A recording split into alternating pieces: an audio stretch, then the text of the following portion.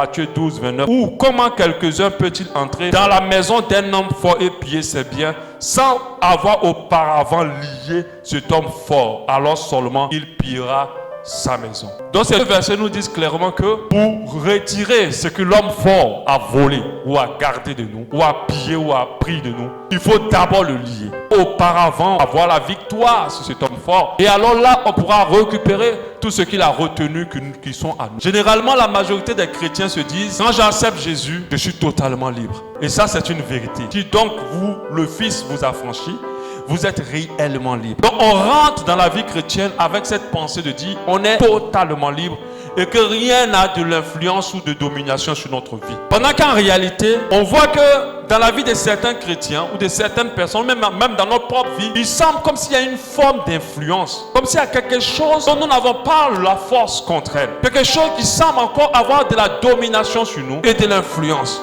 Malgré qu'on a accepté Jésus, on se sent faible par rapport à certaines choses. On voit qu'il y a quelque chose qui fait comme si notre liberté n'est pas complètement totale. Pendant que Jésus a dit que nous sommes réellement libres sur lui nous a libérés. Jésus a dit, je suis la porte. Et si quelqu'un entre par moi, il sera sauvé. Il entrera et il sortira et il trouvera des pâturages. Il dit, le voleur ne vient que pour dérober, égorger, détruire. Mais moi, je suis venu afin que les brebis aient la vie et qu'elles soient dans l'abondance. Donc Jésus est venu pour qu'on soit sauvé, mais qu'on soit aussi dans l'abondance. Donc on a en Christ, au lieu que l'abondance soit notre partage, mais l'abondance n'est pas notre partage. On a comme l'impression que c'est là même que les choses sont davantage plus compliquées. On a comme l'impression deux fois même qu'on est sur l'emprise du diable. Parce qu'il y a certains chrétiens qui font des délivrances toute leur vie. Parce qu'ils ont comme l'impression qu'il y a encore des emprises sur eux. Ils ont comme l'impression qu'il y a quelque chose qui règne sur eux. Ils ont comme l'impression qu'il y a des blocages dans leur vie particulière. Il y a des stérilités, il y a des difficultés.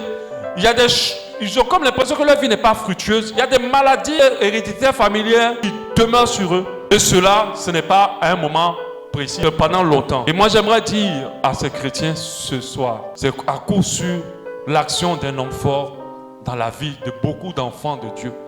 Mais pas l'action de domination, mais l'action d'influence. L'influence aussi a la possibilité de détruire des vies.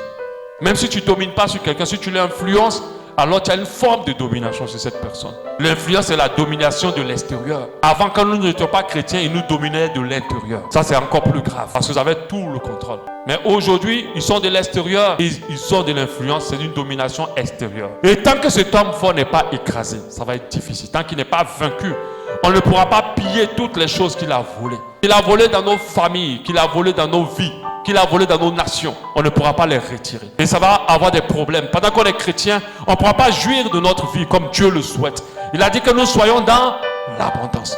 C'est une promesse de la parole de Dieu. Le diable vient détruire, mais Dieu vient nous mettre dans l'abondance et nous donner la vie éternelle.